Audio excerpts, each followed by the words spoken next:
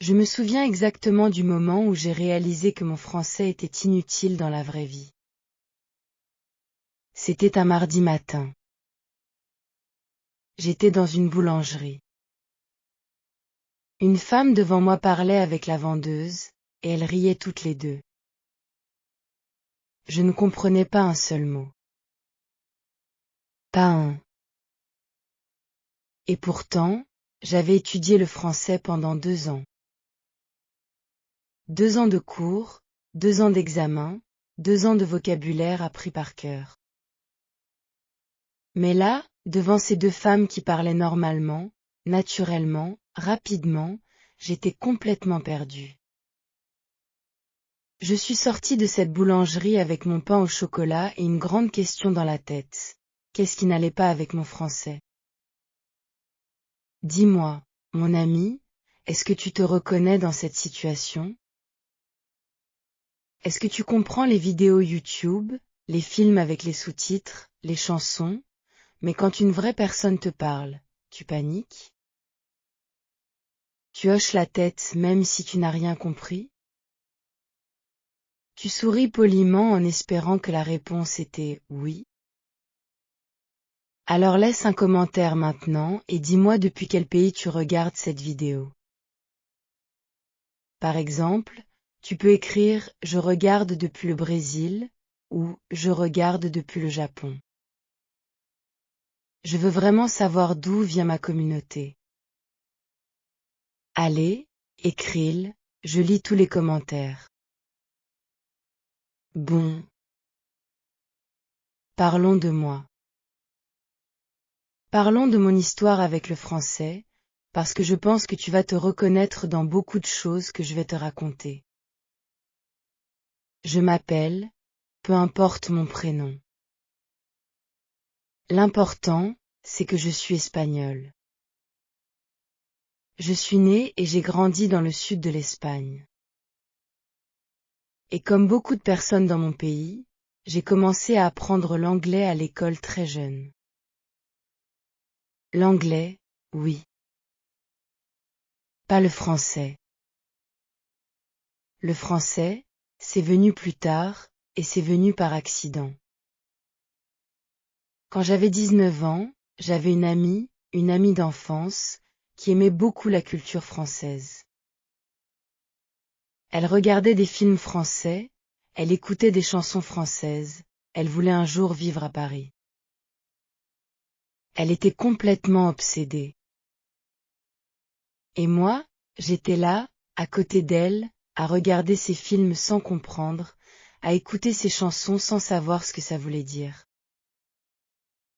Un jour, elle m'a dit, « Pourquoi tu n'apprends pas le français avec moi ?» Et moi, j'ai dit oui. Pas parce que je voulais vraiment apprendre le français.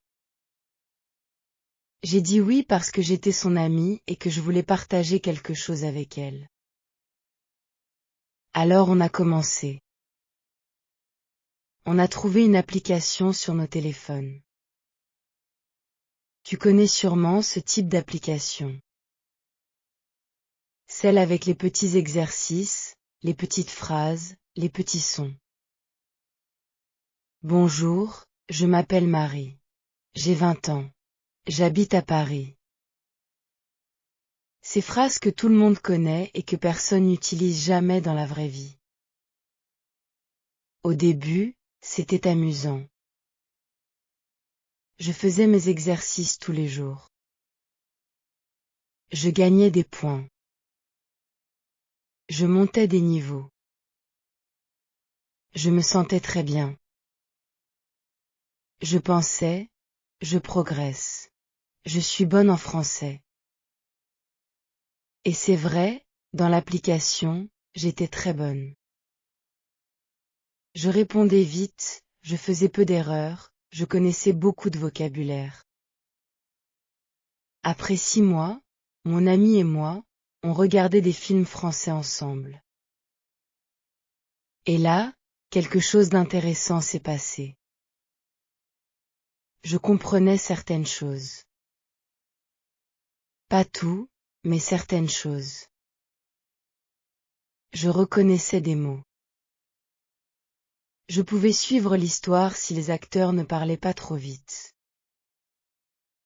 Je me sentais fière de moi. Et puis, après un an, j'ai commencé à regarder des vidéos en français sur Internet. Des vlogs, des documentaires, des émissions. Et là, mon niveau a commencé à monter vraiment. Parce que sur Internet, les gens parlent de façon plus naturelle. Ils utilisent des expressions de tous les jours. Ils font des erreurs parfois. Ils parlent avec des accents différents. C'était difficile au début, mais avec le temps, je comprenais de mieux en mieux. 1 an et demi après avoir commencé, je pouvais regarder une vidéo en français sans sous-titres et comprendre 70, peut-être 75% du contenu. Pour moi, c'était un grand succès. Je me suis dit, mon français est bon. Je suis prête. Prête pour quoi? Pour parler, bien sûr. Et c'est là que tout s'est effondré. Mon ami, laisse-moi te décrire ma première vraie conversation en français. Pas une conversation dans une application. Pas une conversation avec mon ami qui apprenait aussi le français. Une vraie conversation avec une vraie personne dont le français était la langue maternelle. C'était dans une librairie. J'avais cherché un livre et je ne le trouvais pas. J'ai décidé de demander à la personne qui travaillait là. J'avais préparé ma phrase dans ma tête. Excusez-moi, est-ce que vous avez ce livre? Simple. Basique. Parfait. J'ai dit ma phrase. Très bien. Ma prononciation était correcte. La personne a souri. Et puis elle a répondu. Et là, je n'ai rien compris. Rien de rien. Elle parlait vite. Elle utilisait des mots que je ne connaissais pas. Sa voix montait et descendait d'une façon qui m'était complètement étrangère. J'ai souri. J'ai dit, oui. Elle a continué à parler. J'ai encore dit, oui. À un moment, elle m'a regardé avec un air un peu bizarre, parce que manifestement j'avais dit oui à quelque chose qui demandait un autre type de réponse. Elle m'a reposé la question. J'ai rougi. J'ai dit, je suis désolée, mon français n'est pas très bon. Et elle a ri. Gentiment, pas méchamment. Mais moi, j'étais tellement gênée que j'ai quitté la librairie sans le livre.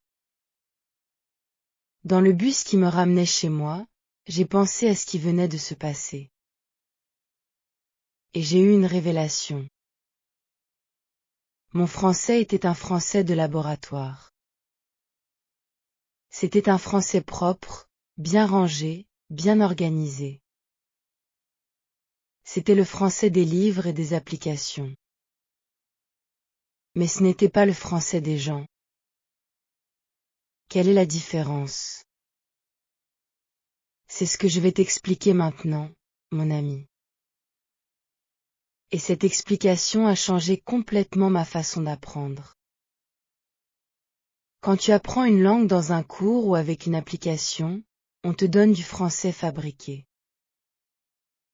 Des phrases courtes. Des situations simples. Où est la gare? Je voudrais un café, s'il vous plaît. Quel temps fait-il aujourd'hui?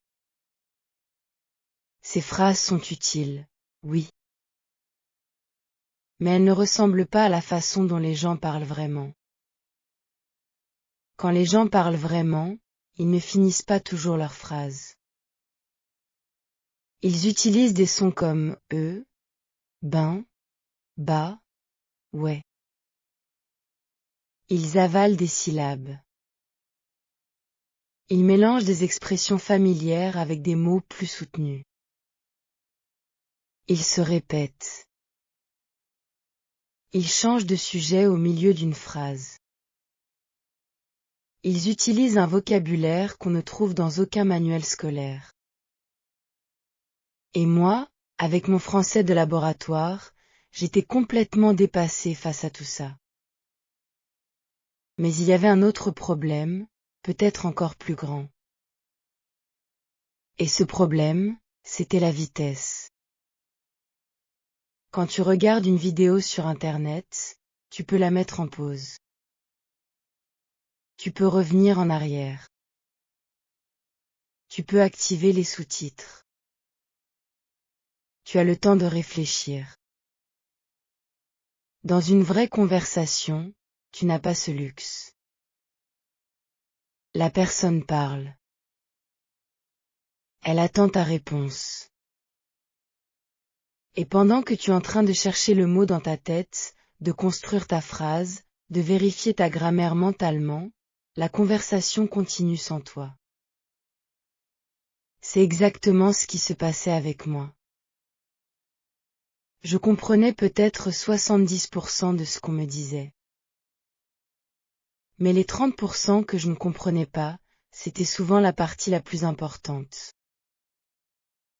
La question directe. L'information clé.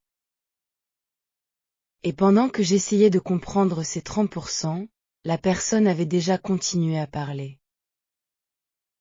J'ai appelé mon ami ce soir-là. Je lui ai tout raconté. La librairie, mon silence gêné, mais oui, au mauvais moment. Elle a ri, mais gentiment, parce qu'elle avait vécu la même chose quelques semaines avant. Et puis elle m'a dit quelque chose d'important. Elle m'a dit, le problème, c'est qu'on a appris à comprendre le français, mais on n'a jamais appris à traiter le français en temps réel. C'est une distinction importante, mon ami. Comprendre et traiter en temps réel, ce sont deux choses différentes. Quand tu lis un texte, tu peux arrêter, relire, prendre ton temps. Quand tu écoutes une vidéo, tu peux revenir en arrière. Mais quand quelqu'un te parle, ton cerveau doit recevoir les sons, les transformer en mots, comprendre le sens, et préparer une réponse, tout ça en même temps et en quelques secondes. C'est un exercice mental très différent. Et ça, personne ne me l'avait jamais expliqué. Personne ne m'avait dit que la compréhension à l'écrit et la compréhension à l'oral en temps réel, c'est deux compétences différentes, qui se travaillent différemment. Alors j'ai décidé de tout changer dans ma façon d'apprendre. La première chose que j'ai faite, c'est que j'ai cherché à avoir de vraies conversations.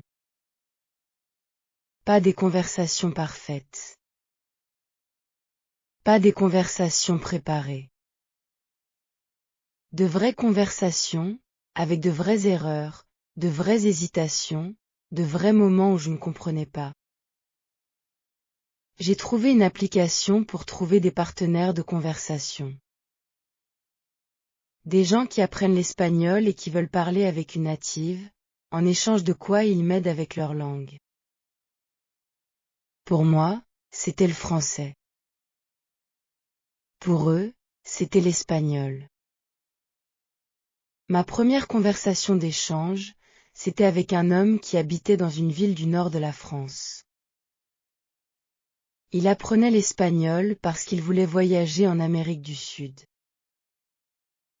On s'est connecté en vidéo un jeudi soir. Et là, j'ai eu exactement la même panique que dans la librairie. Il a commencé à parler.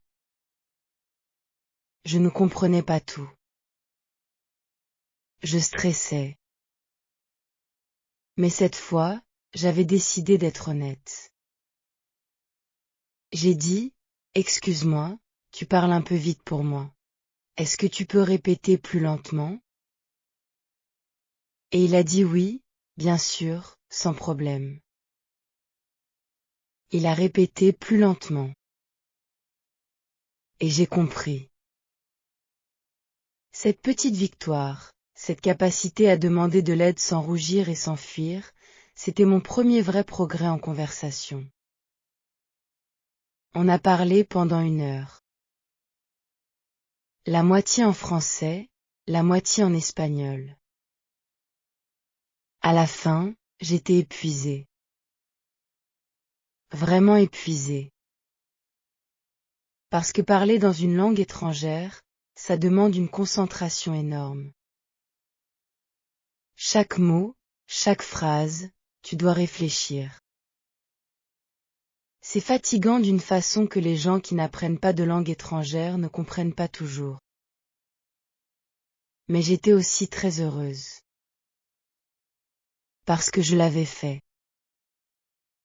J'avais eu une vraie conversation. Pas parfaite, pas fluide, mais réelle. On a décidé de se retrouver chaque semaine. Et semaine après semaine, quelque chose a changé dans mon cerveau. Je commençais à m'habituer à sa façon de parler. Je reconnaissais ses expressions. Je ne stressais plus autant. Ma compréhension s'améliorait.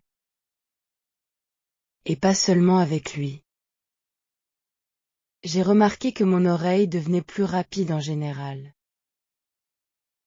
Dans les vidéos, dans les films, dans les conversations avec d'autres personnes.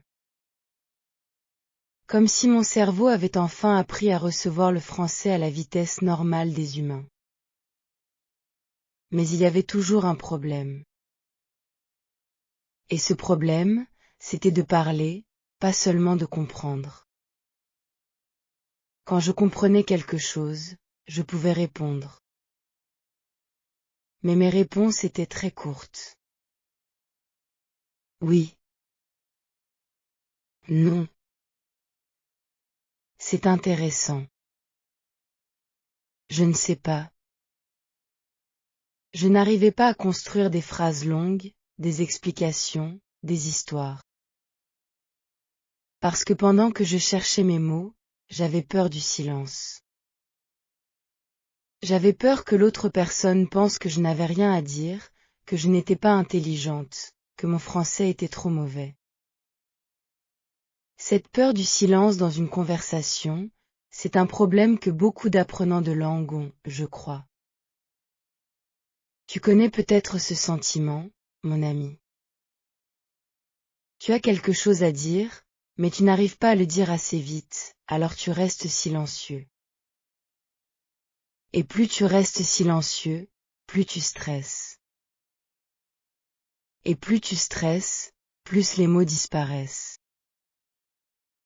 Mon partenaire de conversation m'a donné un conseil très simple un jour.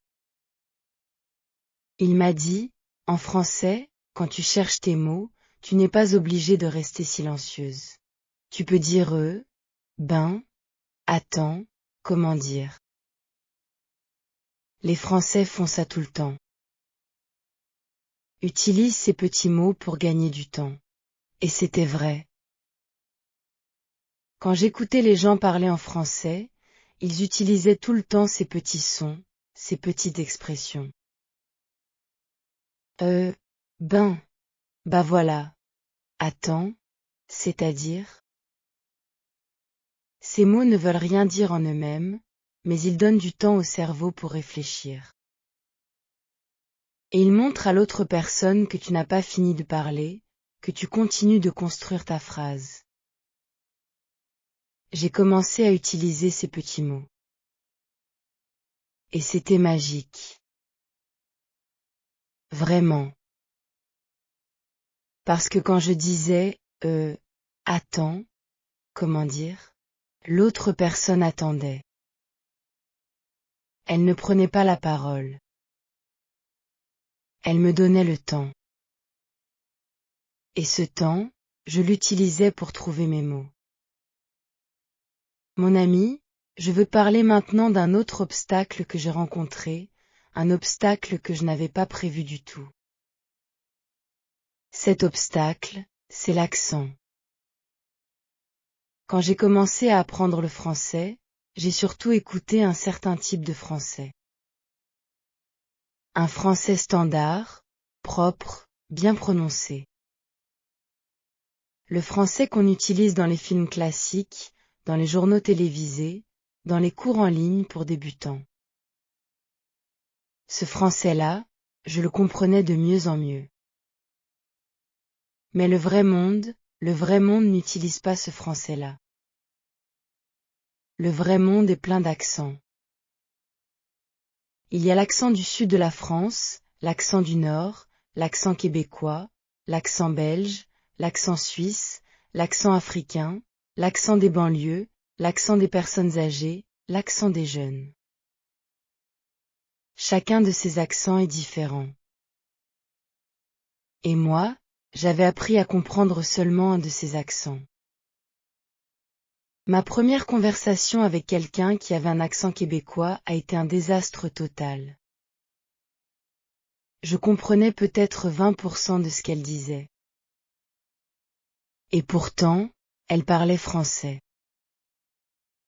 Grammaticalement correct, avec un vocabulaire riche. Mais son accent et ses expressions étaient tellement différents de ce que je connaissais que c'était presque une autre langue pour mes oreilles. J'ai compris ce jour-là que parler une langue, c'est aussi apprendre à écouter plusieurs versions de cette langue. C'est apprendre à s'adapter, à reconnaître les patterns même quand la prononciation est différente, à comprendre le sens même quand les mots sonnent différemment. Alors j'ai élargi mes sources d'écoute. J'ai commencé à regarder des émissions québécoises. J'ai écouté des podcasts de gens qui avaient des accents différents. J'ai cherché des partenaires de conversation dans différents pays francophones. Et lentement, mon oreille est devenue plus flexible. Il y a quelque chose d'important que je veux partager avec toi à ce stade de mon histoire, mon ami. C'est quelque chose que j'ai appris et qui a changé ma perspective sur l'apprentissage des langues. Pendant très longtemps, j'ai pensé que mon objectif était de parler français, comme un français. Sans accent. Sans erreur. Parfaitement. Je pensais que si je n'atteignais pas cet objectif, j'avais échoué. Mais un soir, en discutant avec mon partenaire de conversation, j'ai réalisé quelque chose. Lui, il parlait espagnol avec un accent français fort. Il faisait des erreurs de grammaire. Il cherchait ses mots parfois. Mais quand il parlait, je le comprenais parfaitement. Et surtout, sa façon de parler avait du charme. Son accent français sur l'espagnol était agréable. Original. Intéressant. Et j'ai pensé, est-ce que mon accent espagnol sur le français est nécessairement une mauvaise chose? Est-ce que mes petites erreurs de grammaire empêchent vraiment la communication? La réponse était non. Mon accent espagnol en français ne gênait pas la communication. Mes petites erreurs grammaticales ne rendaient pas mes phrases incompréhensibles. Ce qui gênait vraiment la communication, c'était la peur. C'était le blocage. C'était le fait de ne pas parler du tout parce que j'avais peur de ne pas être parfaite. L'objectif d'apprendre une langue, c'est de communiquer. Et pour communiquer, il n'est pas nécessaire d'être parfait. Il est nécessaire d'être compréhensible et courageux. Cette idée a tout changé pour moi. J'ai arrêté d'essayer d'être parfaite. J'ai commencé à essayer d'être courageuse. Et quand j'ai arrêté de me concentrer sur mes erreurs, quelque chose d'étonnant s'est passé. J'ai fait moins d'erreurs. Parce que mon cerveau n'était plus paralysé par la peur. Il était libre de parler. Continuons mon histoire. Après environ 2 ans de pratique sérieuse, surtout de vraies conversations, j'avais atteint un niveau que je m'étais jamais imaginé atteindre au début. Je pouvais avoir des conversations normales sur des sujets quotidiens. Je pouvais raconter des histoires. Je pouvais comprendre des films sans sous-titres la plupart du temps. Je pouvais lire des articles de presse et comprendre l'essentiel. Mais il y avait encore des domaines où je me sentais perdue. Les conversations très rapides entre plusieurs personnes. Les sujets très spécialisés. Les blagues et l'humour. L'argot. L'argot, mon ami, c'est une chose à part entière. Et c'est un grand mur que beaucoup d'apprenants du français rencontrent. L'argot, ce sont les mots et les expressions que les gens utilisent dans la vie de tous les jours mais qu'on ne trouve pas dans les dictionnaires officiels. Ou plutôt, qu'on y trouve maintenant, parce que la langue évolue, mais qu'on n'apprend jamais dans les cours. Des mots comme « kiffer » pour aimer quelque chose, « chelou » pour bizarre, « ouf » pour fou, « un truc de ouf » pour quelque chose d'incroyable. Des expressions comme « c'est chaud » qui ne parlent pas de température mais de difficulté. « T'inquiète » qui veut dire « ne t'inquiète pas ». Grave, qui veut dire vraiment ou beaucoup. La première fois que quelqu'un m'a dit que quelque chose était un truc de ouf, j'ai cherché ce que ça voulait dire pendant 10 minutes sur Internet. Et j'ai ri quand j'ai trouvé l'explication, parce que c'est une inversion de un truc de fou, et ouf, c'est fou à l'envers. C'est du verlan. Le verlan, c'est une façon de parler en France où on inverse les syllabes des mots. Verlan, lui-même vient de l'envers. L'envers à l'envers, ça fait verlan. Brillant et complètement déroutant à la fois. Apprendre l'argot et le verlan, c'est comme apprendre une autre langue à l'intérieur de la langue. Et les cours ne t'apprennent pas ça. Les applications non plus. La seule façon de l'apprendre, c'est d'être exposé à la vraie langue, à la façon dont les gens parlent vraiment, surtout les jeunes. Alors j'ai commencé à regarder des contenus créés par des jeunes Français. Des chaînes YouTube, des comptes sur les réseaux sociaux, des séries pour adolescents. C'était parfois difficile à comprendre, mais c'était tellement utile. Chaque nouveau mot d'argot que j'apprenais, c'était une clé de plus pour comprendre les vraies conversations. Il y a une chose que je n'ai pas encore mentionnée et qui est peut-être la plus importante dans mon apprentissage du français. C'est la régularité. Mon ami, je vais être très honnête avec toi. Il n'y a pas de secret magique. Il n'y a pas de méthode révolutionnaire qui va te faire parler français couramment en 3 semaines. La seule chose qui fonctionne vraiment, c'est la pratique régulière, tous les jours, sur une longue période. Quand j'ai réalisé que mon français de laboratoire ne fonctionnait pas dans la vraie vie, j'ai changé ma routine. Voici ce que je faisais chaque jour. Le matin, pendant 20 minutes, j'écoutais quelque chose en français. Un podcast, une émission de radio, une vidéo. Je n'essayais pas de comprendre chaque mot. J'écoutais juste pour habituer mon oreille à la musique de la langue. C'est quelque chose que les professeurs de langue appellent l'écoute passive. Tu n'écoutes pas activement pour analyser. Tu écoutes pour te familiariser. L'après-midi, je faisais quelque chose de plus actif. Je lisais un article en français et je notais les mots que je ne connaissais pas. Pas tous les mots, juste les mots qui revenaient souvent et qui semblaient importants. Je ne cherchais pas à mémoriser 10 000 mots. Je cherchais à consolider les mots utiles, les mots que j'allais réutiliser. Le soir, quand c'était possible, je parlais. Avec mon partenaire de conversation, ou avec d'autres personnes que j'avais trouvées en ligne.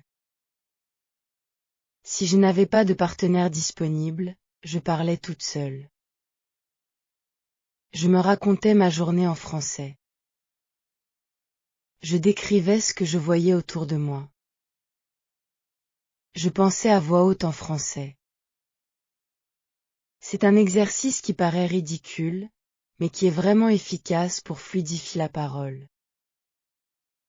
Cette routine, je l'ai maintenue pendant 2 ans. Pas tous les jours de façon parfaite, bien sûr. Il y avait des jours où j'étais fatiguée, des jours où j'avais trop de travail, des jours où je ne voulais tout simplement pas. Mais la plupart des jours, j'ai fait quelque chose. Même 5 minutes. Même juste écouter une chanson en français dans les transports en commun. Et mon ami, cette régularité, même imparfaite, a produit des résultats que je n'aurais jamais obtenus avec des sessions intensives 1 fois par semaine. Le cerveau apprend les langues différemment d'une matière comme les mathématiques ou l'histoire. Pour les langues, la fréquence est plus importante que la durée. 10 minutes par jour pendant 7 jours vaut mieux qu'1 heure et 10 minutes en une seule session le week-end.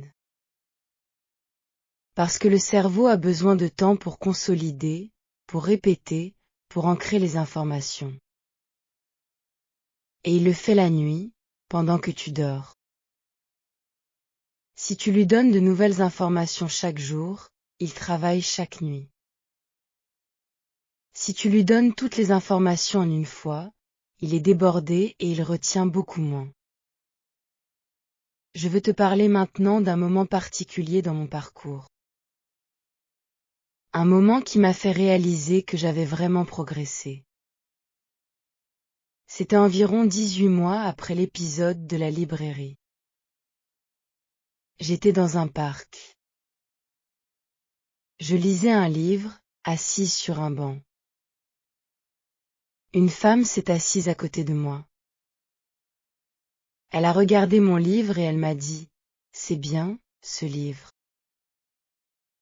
En français. Et j'ai répondu. Naturellement. Sans paniquer. Sans chercher mes mots pendant 30 secondes. J'ai dit que oui, c'était bien, que c'était un livre sur l'histoire d'une famille sur plusieurs générations, que j'aimais beaucoup le style de l'auteur. La femme a souri. Elle a dit qu'elle connaissait cet auteur, qu'elle avait lu un autre livre de lui. On a parlé pendant peut-être 10 minutes de livre, de lecture, de nos habitudes. Quand elle est partie, je suis restée assise sur ce banc et j'ai réalisé ce qui venait de se passer. J'avais eu une vraie conversation avec une inconnue. En français. Sans préparer. Sans stresser. Sans fuir. Je n'étais pas parfaite. J'avais certainement fait des erreurs de grammaire. Mon accent espagnol était toujours là. Mais la communication avait fonctionné. Cette femme et moi, on s'était comprises. On avait partagé quelque chose. Et c'est ça, l'objectif d'une langue. Mon ami, j'ai appris beaucoup de leçons dans ce parcours. Et je veux les partager avec toi clairement, parce que je pense qu'elles peuvent t'aider, quelle que soit ta langue cible, quel que soit ton niveau actuel. La première leçon, et c'est peut-être la plus difficile à accepter, c'est que comprendre une langue et la parler sont deux compétences très différentes. Tu peux être très bon pour lire, pour regarder des films, pour comprendre des podcasts, et être complètement bloqué dès qu'on te parle. Ce n'est pas une contradiction. C'est tout à fait normal. Parce que ces compétences se développent de façon différente. Et si tu veux parler, tu dois t'entraîner à parler. Pas seulement à écouter. À parler. La deuxième leçon, c'est que la peur de faire des erreurs est ton plus grand ennemi. Pas la grammaire. Pas le vocabulaire. La peur. La peur te paralyse. La peur t'empêche de pratiquer. La peur te fait fuir les situations où tu pourrais apprendre. Et la seule façon de vaincre la peur, c'est de faire exactement ce qui te fait peur. Parler, même si tu n'es pas prête. Parler, même si tu vas faire des erreurs. Parler, parler, parler. La troisième leçon, c'est que la régularité bat l'intensité. 10 minutes par jour vaut mieux qu'1 heure par semaine. Ton cerveau a besoin de contacts fréquents avec la langue pour la mémoriser profondément. C'est comme une plante. Tu peux lui donner beaucoup d'eau 1 fois par mois, elle va mourir. Si tu lui donnes un peu d'eau tous les jours, elle grandit et fleurit. La quatrième leçon, c'est que les vraies conversations sont irremplaçables. Les applications, les cours, les vidéos, tout ça est utile. Mais rien ne remplace une vraie conversation avec un vrai être humain. Parce que dans une vraie conversation, tu ne peux pas mettre sur pause. Tu ne peux pas revenir en arrière. Tu dois réagir en temps réel. Et c'est cet exercice-là, cet exercice difficile et un peu inconfortable, qui te fait vraiment progresser. La cinquième leçon, c'est d'élargir tes sources. Si tu écoutes toujours le même type de français, tu vas développer une compréhension très étroite de la langue. Écoute différents accents. Lis différents styles. Regarde différents types de contenus. La langue est riche et variée. Expose-toi à cette richesse et ta compréhension deviendra bien plus solide. La sixième leçon, et peut-être ma préférée, c'est que ton accent est une partie de toi. Ne le cache pas. Ne t'en honte pas. Ton accent raconte ton histoire. Il dit d'où tu viens, quelle est ta langue maternelle, quel est ton parcours. Un accent, c'est humain. Les gens qui te parlent ne te jugent pas sur ton accent, ils t'écoutent pour comprendre ce que tu as à dire. Et ce que tu as à dire, c'est important, quel que soit ton accent. Mon ami, laisse-moi maintenant te parler de quelque chose de plus difficile. Quelque chose dont on ne parle pas beaucoup quand on parle d'apprentissage des langues. C'est l'identité.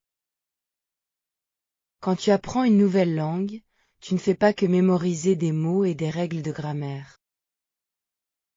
Tu construis une nouvelle version de toi-même. Une version de toi qui pense en français, qui plaisante en français, qui exprime ses émotions en français. Et cette construction, elle prend du temps. Et elle peut parfois être déstabilisante. Je me souviens d'une période, environ 1 an et demi après le début de mon apprentissage sérieux, où je me sentais étrange. Quand je parlais français, j'avais l'impression d'être une autre personne. Pas totalement moi-même. Parce que je ne pouvais pas encore m'exprimer avec la même nuance, la même subtilité, la même richesse qu'en espagnol. Et ça me frustrait. En espagnol, je peux être drôle. Je peux faire des jeux de mots. Je peux raconter des histoires complexes avec des détails subtils. En français, à ce stade-là, je faisais des phrases simples et directes. Je me sentais plate, sans personnalité. C'est une phase que beaucoup d'apprenants traversent et qui décourage beaucoup de personnes. On pense qu'on ne sera jamais soi-même dans cette langue. On pense qu'on va toujours être limité, toujours être moins intéressant, moins intelligent dans cette langue étrangère. Mais je t'assure, mon ami, que cette phase passe. Elle passe lentement. Elle passe progressivement. Mais elle passe. À mesure que ton vocabulaire grandit, à mesure que tu intègres les expressions idiomatiques, à mesure que tu t'habitues à penser dans cette langue, ta personnalité revient. Les blagues reviennent. La subtilité revient. Et un jour, tu réalises que tu peux être pleinement toi-même dans cette langue. Pour moi, ce moment est venu le jour où j'ai fait rire quelqu'un avec une blague en français. Une vraie blague, spontanée, pas préparée. L'autre personne a ri de bon cœur, pas poliment, pas pour me faire plaisir. Elle a ri parce que c'était vraiment drôle. Et moi, j'ai souri comme une idiote pendant 10 minutes après ça. Parce que faire rire quelqu'un dans une langue étrangère, c'est probablement la preuve la plus concrète que tu maîtrises cette langue. L'humour est basé sur des références culturelles, des jeux de mots, du timing, des nuances. Si tu peux être drôle dans une langue étrangère, c'est que tu comprends vraiment cette langue, pas seulement ses mots, mais aussi son âme. L'âme d'une langue. C'est peut-être l'aspect le plus beau et le plus mystérieux de l'apprentissage des langues. Chaque langue a une âme.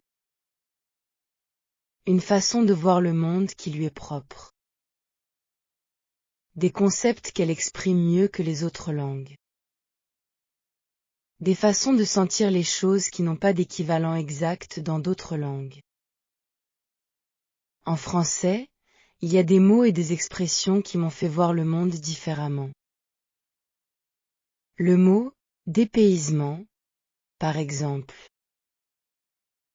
En espagnol, on n'a pas de mot unique pour décrire ce sentiment d'être dans un environnement nouveau et étranger, ce mélange de désorientation et d'excitation. En français, ce mot existe. Et depuis que je le connais, je l'utilise pour décrire une expérience très précise que j'avais avant mais que je ne pouvais pas nommer. Ou l'expression « avoir le cafard ». Littéralement, ça veut dire avoir le cafard, comme l'insecte. Mais figurativement, ça veut dire être déprimé, triste, mélancolique. Je ne sais pas pourquoi l'image d'un cafard représente la mélancolie en français. Mais cette expression m'a toujours semblé parfaite. Il y a quelque chose de visuel et d'expressif dans cette image qui me plaît. Apprendre ces expressions, c'est entrer dans la façon de penser d'une culture. Et c'est fascinant. Bien sûr, il y a aussi des aspects du français qui m'ont rendu folle. Et je vais être honnête à ce sujet. Le genre des noms, par exemple. Pourquoi une table est-elle féminine et un bureau masculin? Pourquoi une voiture est-elle féminine et un camion masculin? Il n'y a pas de logique. Et pourtant, il faut mémoriser le genre de chaque nom. Parce que si tu te trompes de genre, tu vas dire le table au lieu de la table, et ça sonne immédiatement faux. En espagnol, les genres des noms sont aussi parfois arbitraires, mais il y a des règles générales qui aident. En français, ces règles existent aussi, mais il y a tellement d'exceptions que les règles semblent presque inutiles. Et les temps de conjugaison. Le subjonctif, en particulier, m'a posé énormément de problèmes. Le subjonctif en français s'utilise dans des situations très précises, après certaines expressions de doute, de peur, de désir, de nécessité. Et sa conjugaison est différente de tous les autres temps. J'ai mis beaucoup de temps à comprendre quand l'utiliser et comment le conjuguer correctement. Mais voilà ce que j'ai appris sur les erreurs de grammaire dans les conversations.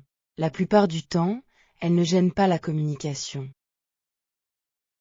Si tu dis « je suis allé » au lieu de « je suis allé », parce que tu as oublié l'accord du participe passé, la personne en face de toi te comprend quand même.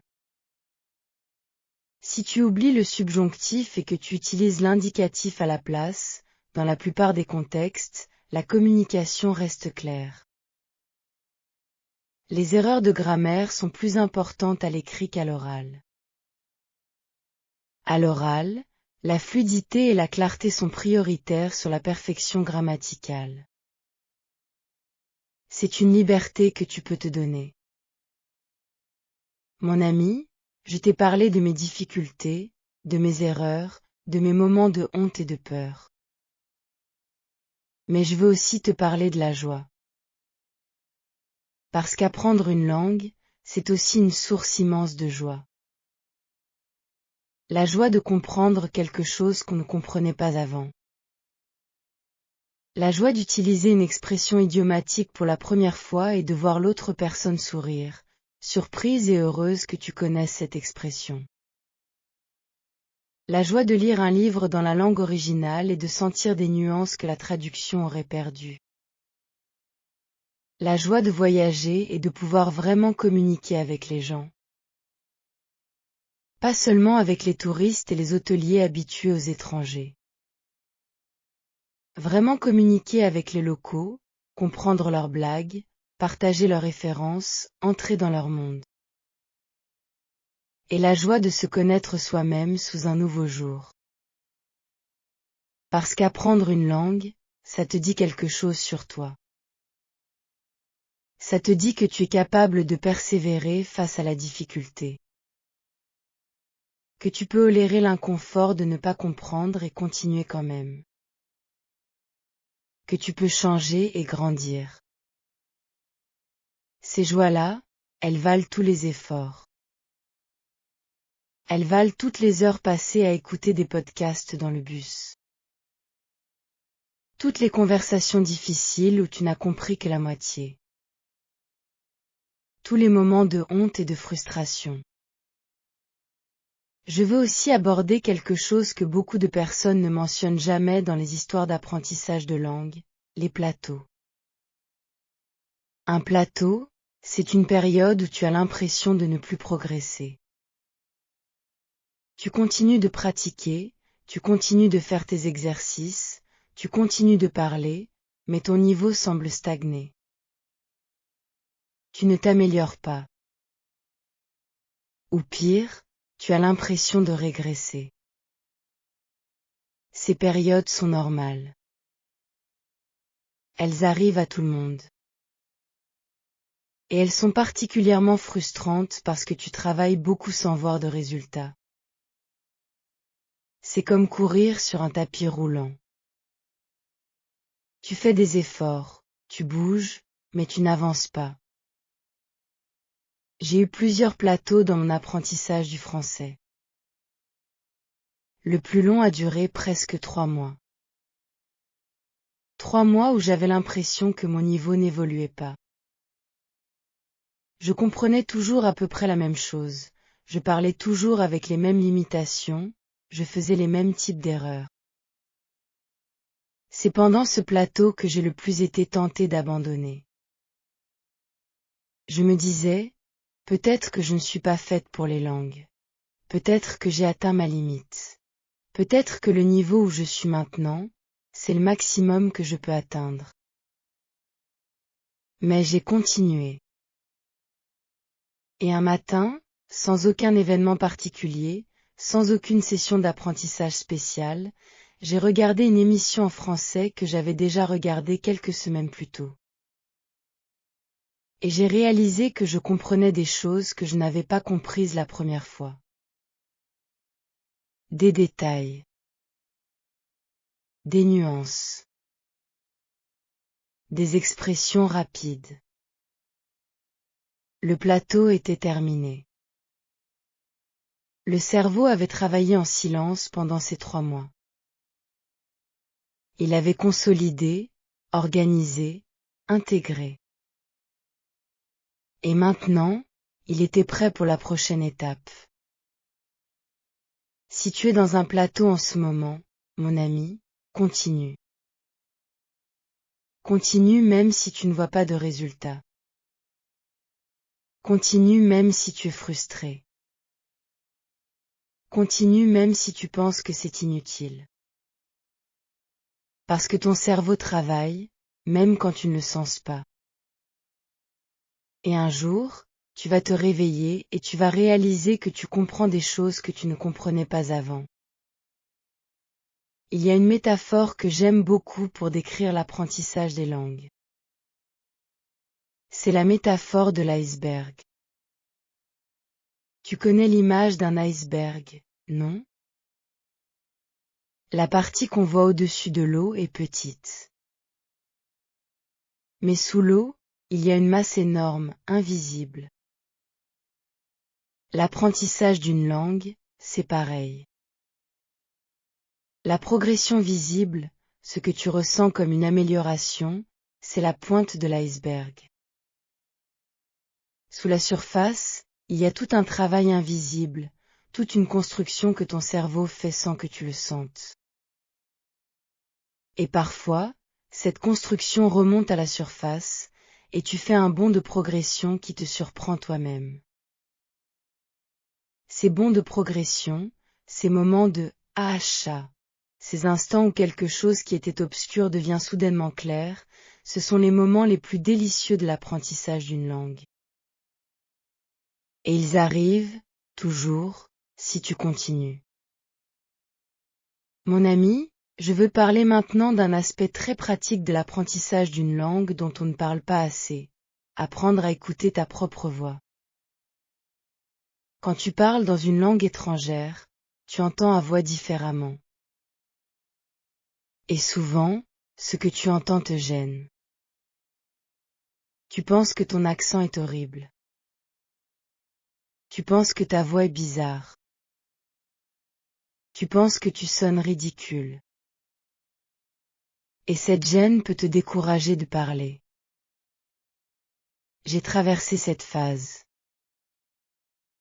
Quand j'écoutais des enregistrements de moi-même en train de parler français, je grimaçais. Mon accent espagnol me semblait tellement lourd, tellement évident. Mes erreurs de prononciation me sautaient aux oreilles. Je voulais tout effacer. Mais un exercice que j'ai commencé à faire a tout changé. J'ai commencé à enregistrer mes conversations avec mon partenaire de conversation. Puis, 2 ou 3 semaines plus tard, je réécoutais ces enregistrements. Et je comparais avec mes enregistrements récents. Et là, j'entendais la progression. Je n'entendais plus les erreurs que je faisais 2 ou 3 semaines avant. Je prononçais mieux. Je parlais plus vite. Je cherchais moins mes mots. Ma fluidité avait augmenté. Ces comparaisons étaient très motivantes. Parce qu'au quotidien, on ne voit pas ces progrès. On est tellement concentré sur ce qu'on ne sait pas encore qu'on oublie tout ce qu'on a appris. Mais les enregistrements ne mentent pas. Ils montrent, concrètement, que tu as progressé. Je te recommande vraiment cet exercice si tu ne le fais pas déjà. Enregistre-toi régulièrement. Parle en français pendant 2 minutes, sur n'importe quel sujet. Et garde ces enregistrements. Dans 6 mois, réécoute-les. Tu seras surpris, je te le garantis. Maintenant, parlons de quelque chose que j'ai mentionné brièvement mais qui mérite qu'on s'y attarde, la culture. Une langue, ce n'est pas seulement de la grammaire et du vocabulaire. C'est une culture entière. Et pour vraiment comprendre une langue, pour vraiment la parler naturellement, il faut s'intéresser à la culture des gens qui la parlent. Pour le français, ça veut dire s'intéresser à la façon dont les Français conçoivent les repas, les relations sociales, le travail, l'humour, la politique. Parce que ces conceptions influencent la langue. Elles influencent le vocabulaire, les expressions, les références que les gens utilisent dans leur conversation. Par exemple, les Français accordent une grande importance au repas. Un repas, en France, n'est pas juste une façon de se nourrir. C'est un moment social, un moment de partage, un moment de plaisir. Et ça se reflète dans la langue. Il y a un vocabulaire très riche autour de la nourriture et des repas en français. Des expressions comme « mettre les petits plats dans les grands », qui veut dire faire un grand effort pour bien recevoir quelqu'un. Ou « faire bonne chère », qui veut dire bien manger. Si tu connais cette importance culturelle des repas, quand un Français te parle de nourriture avec beaucoup de détails et de passion, tu ne trouves pas ça bizarre. Tu comprends que c'est une partie normale et importante de la conversation. De la même façon, les Français ont une relation particulière avec le débat et la discussion. En France, débattre, exprimer son désaccord, critiquer, ça fait partie d'une conversation normale et même d'une conversation saine. Si un Français n'est pas d'accord avec toi, il te le dira. Directement. Sans trop d'enveloppe diplomatique. Et il s'attend à ce que tu aies une vraie réponse, une vraie argumentation. Pour moi, qui vient d'une culture espagnole où la convivialité et l'harmonie sociale sont très importantes, j'ai mis du temps à m'adapter à ce style de conversation. Au début, quand quelqu'un était directement en désaccord avec moi, je pensais qu'il était fâché, qu'il m'aimait moins, que j'avais dit quelque chose de mal. Mais avec le temps, j'ai compris que c'était juste un style de communication différent. Le désaccord direct n'est pas une attaque. C'est une invitation à la discussion. Cette compréhension culturelle a rendu mes conversations en français beaucoup plus naturelles. Parce que je comprenais non seulement les mots, mais aussi les règles implicites de la conversation. Mon ami, je veux parler d'une stratégie que j'ai utilisée et qui m'a beaucoup aidé, surtout dans les premiers temps. Cette stratégie, c'est ce que j'appelle l'imitation consciente. L'imitation consciente, c'est choisir une personne qui parle français de façon naturelle et agréable à tes yeux, et essayer de reproduire sa façon de parler. Pas de copier son contenu, mais sa musique, son rythme, ses intonations. J'ai choisi une présentatrice de télévision française que j'aimais beaucoup. J'écoutais ses émissions, et je mettais sur pause après chaque phrase. Puis je répétais la phrase à voix haute, en essayant de reproduire son intonation, son rythme, la façon dont sa voix montait et descendait. C'est un exercice qu'on appelle le shadowing, en anglais, l'ombre, parce que tu suis l'autre personne comme une ombre. Cet exercice m'a aidé de deux façons. D'abord, il m'a aidé avec ma prononciation. En imitant une personne précise, j'ai intégré des schémas de prononciation que je n'aurais pas appris autrement. Ensuite, il m'a donné de la confiance. Parce que quand tu imites quelqu'un qui parle bien, tu commences à sentir comment ça devrait sonner. Tu développes une oreille pour ta propre prononciation. Tu entends tes erreurs plus facilement. Bien sûr, je n'ai jamais voulu devenir cette présentatrice. L'objectif n'était pas de perdre ma voix, ma personnalité, mon accent. L'objectif était d'emprunter ses schémas de prosodie, sa musique, pour enrichir la mienne. Et progressivement, ma façon de parler français est devenue une fusion. Il y a la musique du français que j'ai absorbée à travers des centaines d'heures d'écoute et d'imitation. Et il y a ma personnalité espagnole, mon caractère, ma façon de voir les choses, qui transparaît dans mes mots, mes sujets, mes blagues. Le résultat, c'est un français qui est à moi. Pas parfait, pas natif, mais authentique.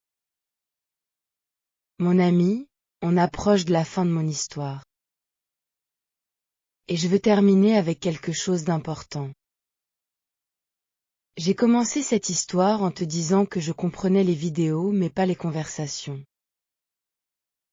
Et j'ai voulu te montrer, à travers mon parcours, que ce fossé entre la compréhension passive et la communication active, c'est un fossé réel mais franchissable.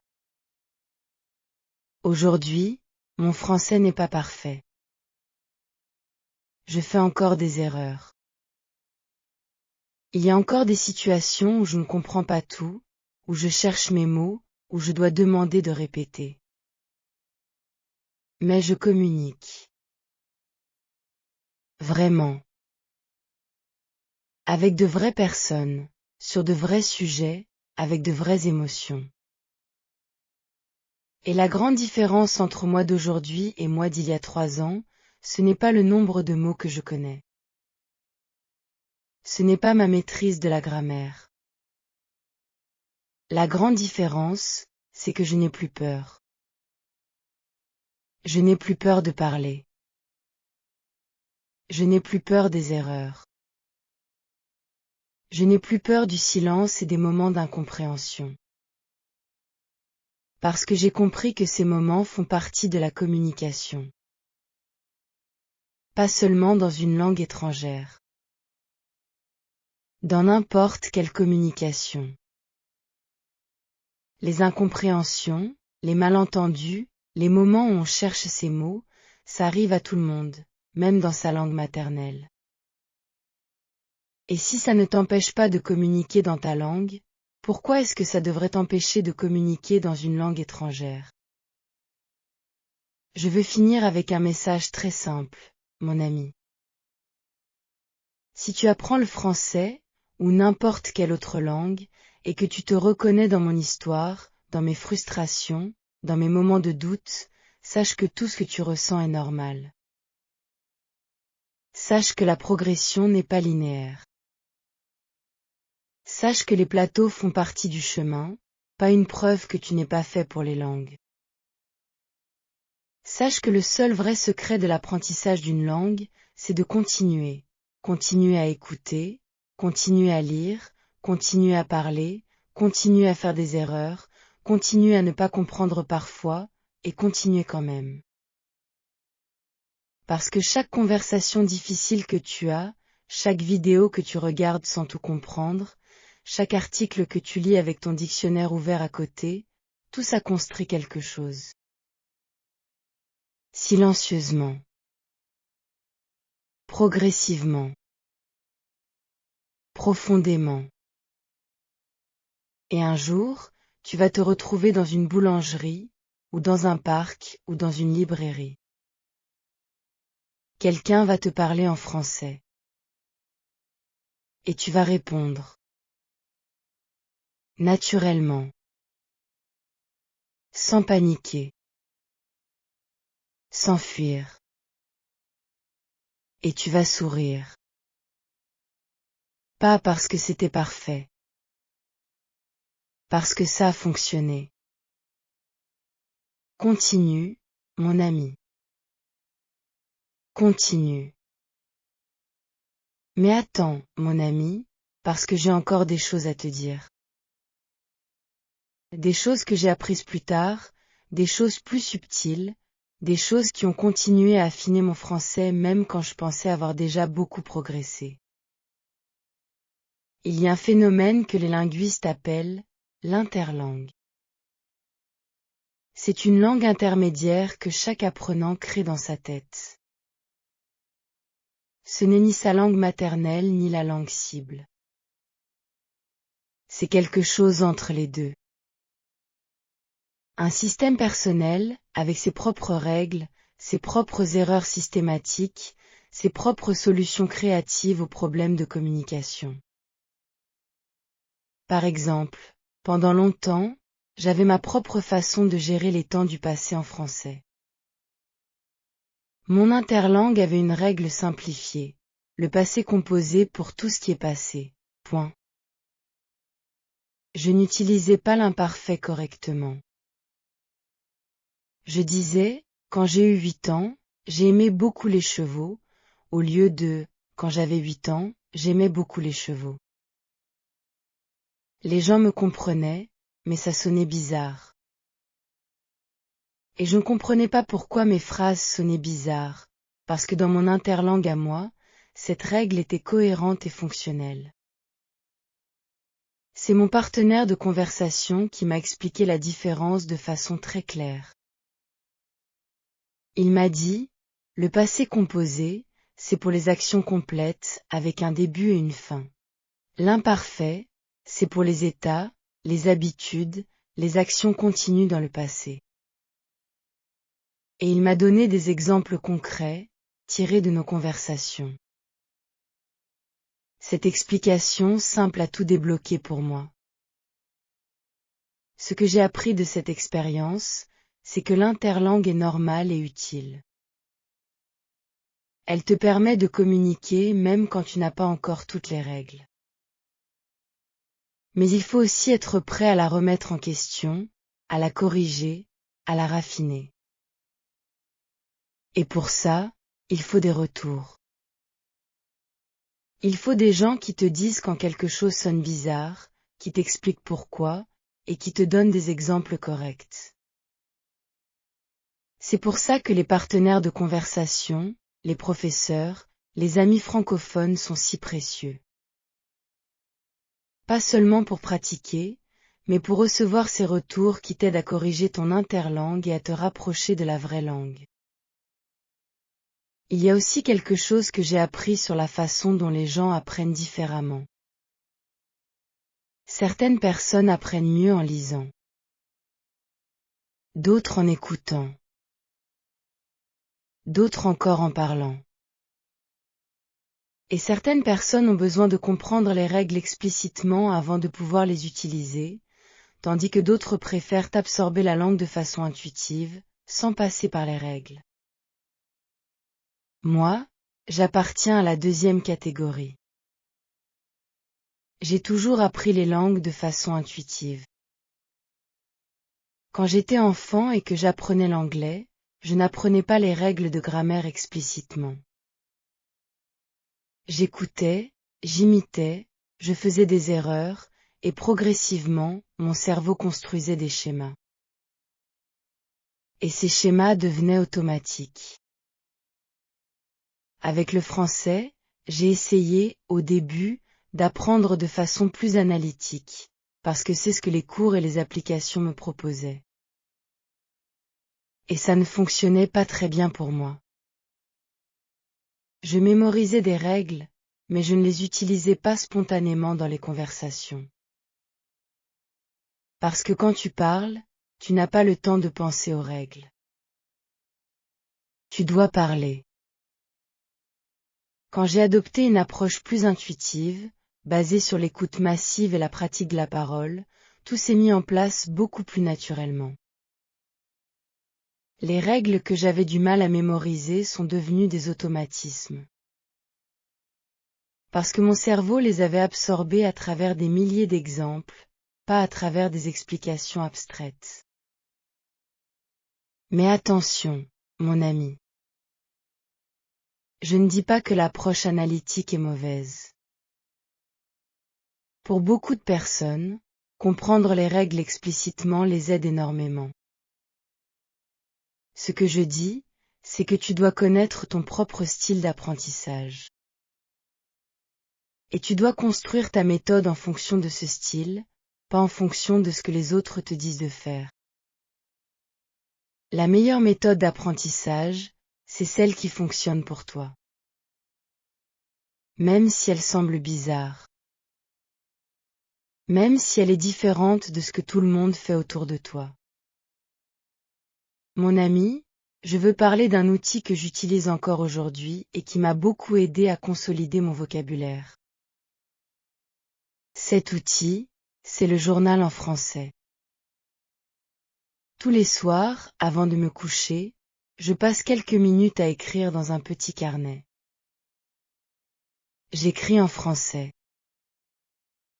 Je décris ma journée, mes pensées, mes sentiments. Ce n'est pas long.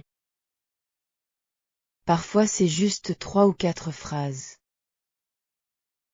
Parfois c'est une page entière. Mais c'est régulier.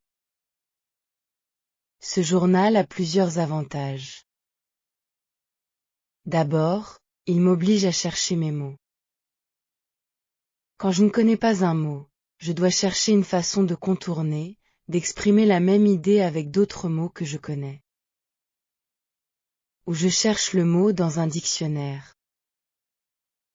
Et ce mot, je l'ai cherché parce que j'en avais besoin, parce qu'il correspondait à quelque chose que je voulais vraiment dire. Ce type d'apprentissage est beaucoup plus profond que mémoriser des listes de mots au hasard. Ensuite, le journal me permet de voir ma progression dans le temps.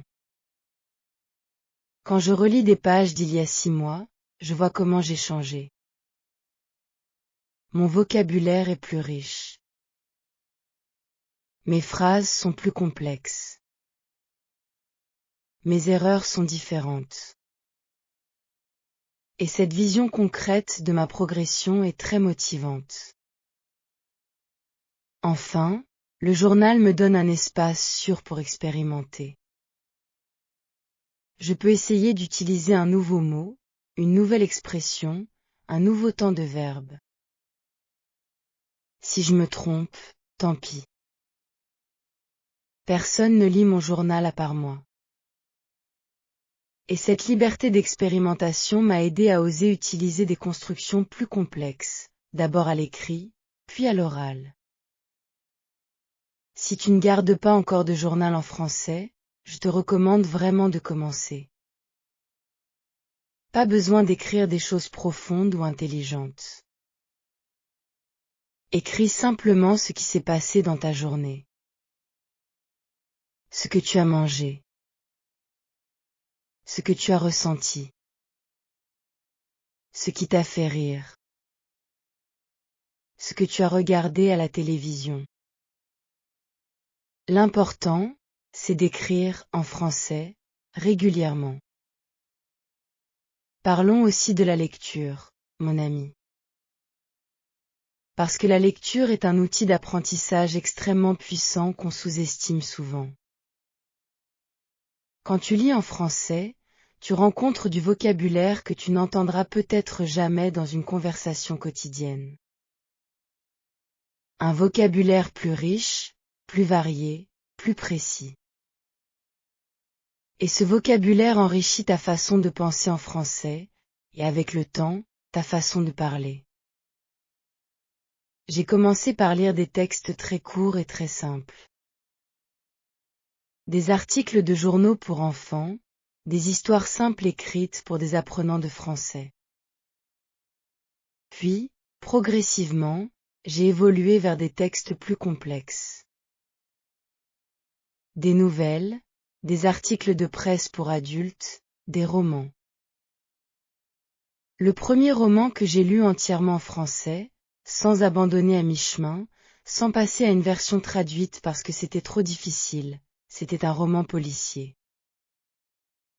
J'avais choisi les romans policiers pour apprendre les langues parce qu'ils sont généralement bien construits, avec des intrigues qui te donnent envie de continuer, et un vocabulaire concret et accessible. Il y a de l'action, du dialogue, de la description. C'est parfait pour un apprenant. J'ai lu ce roman avec un carnet à côté de moi. Chaque fois que je rencontrais un mot que je ne connaissais pas, je l'écrivais. Je ne cherchais pas tous les mots dans le dictionnaire immédiatement, parce que ça aurait coupé le rythme de lecture. Je continuais de lire et j'essayais de deviner le sens du mot d'après le contexte. Puis, à la fin de chaque chapitre, je revenais sur mes mots notés et je cherchais ceux que je n'avais pas réussi à deviner. Cette technique de déduction du sens par le contexte est très importante. Parce que dans la vraie vie, tu ne peux pas toujours t'arrêter pour chercher un mot dans le dictionnaire.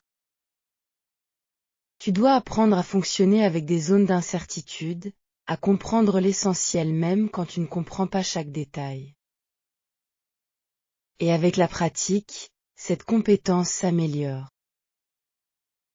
Tu deviens de plus en plus capable de deviner le sens d'un mot inconnu d'après les autres mots de la phrase, d'après le contexte général, d'après ce que tu sais de la situation.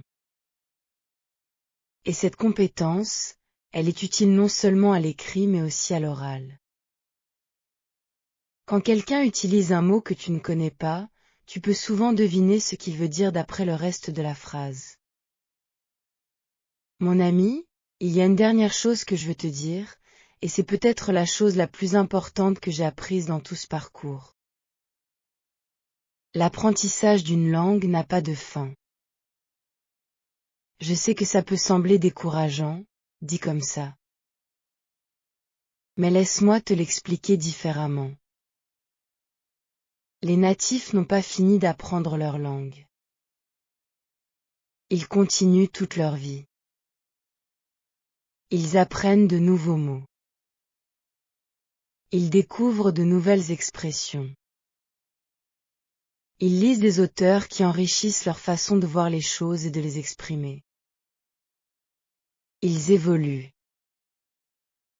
Et toi, en apprenant le français, tu rejoins cette évolution. Tu deviens quelqu'un qui continue de grandir dans cette langue indéfiniment. Il n'y a pas de diplôme final, pas de certification qui dit « Tu as terminé le français, félicitations ». Il y a juste un voyage qui continue, qui s'approfondit, qui s'enrichit. Et ce voyage, une fois qu'on l'a commencé, il change quelque chose en toi de façon permanente. Parce que chaque nouvelle langue que tu apprends te donne un nouveau regard sur le monde. Elle te donne accès à une nouvelle façon de penser, à une nouvelle culture, à de nouvelles histoires, à de nouvelles façons d'être humain. Je suis espagnol. Je pense en espagnol. Je rêve en espagnol. Mais depuis que j'apprends le français, quelque chose a changé dans ma façon de penser. Je vois des nuances que je ne voyais pas avant. Je comprends des façons d'être que je n'aurais pas comprises autrement. Je me sens plus grande, d'une certaine façon. Pas supérieure. Plus grande. comme si mes frontières intérieures s'étaient élargies. Et ça, mon ami, ça vaut tous les efforts. Tous les efforts, toutes les frustrations, tous les moments de doute, tous les oui dits au mauvais moment dans des boulangeries où on n'a rien compris. Ça vaut tout. Continue ton chemin. Continue d'apprendre. Continue de parler, même si tu n'es pas prêt, même si tu n'es pas parfait. La langue t'attend, patiente et généreuse, prête à t'accueillir chaque fois que tu fais un pas vers elle. Et si jamais tu as un moment de découragement, souviens-toi de moi. Souviens-toi de la petite Espagnole dans la librairie, rouge de honte, qui fuyait avec son livre imaginaire et ses oui incompréhensibles. Et souviens-toi qu'elle est là maintenant, à te parler en français, à te raconter son histoire, à te sourire à travers les mots. Si elle a pu le faire, tu peux le faire aussi. Je t'assure, mon ami. Tu peux le faire. Et si tu veux continuer à apprendre avec moi, à entendre d'autres histoires, d'autres conseils, d'autres réflexions sur ce voyage magnifique et difficile qu'est l'apprentissage d'une langue, tu sais ce que tu dois faire. On se retrouve bientôt, mon ami.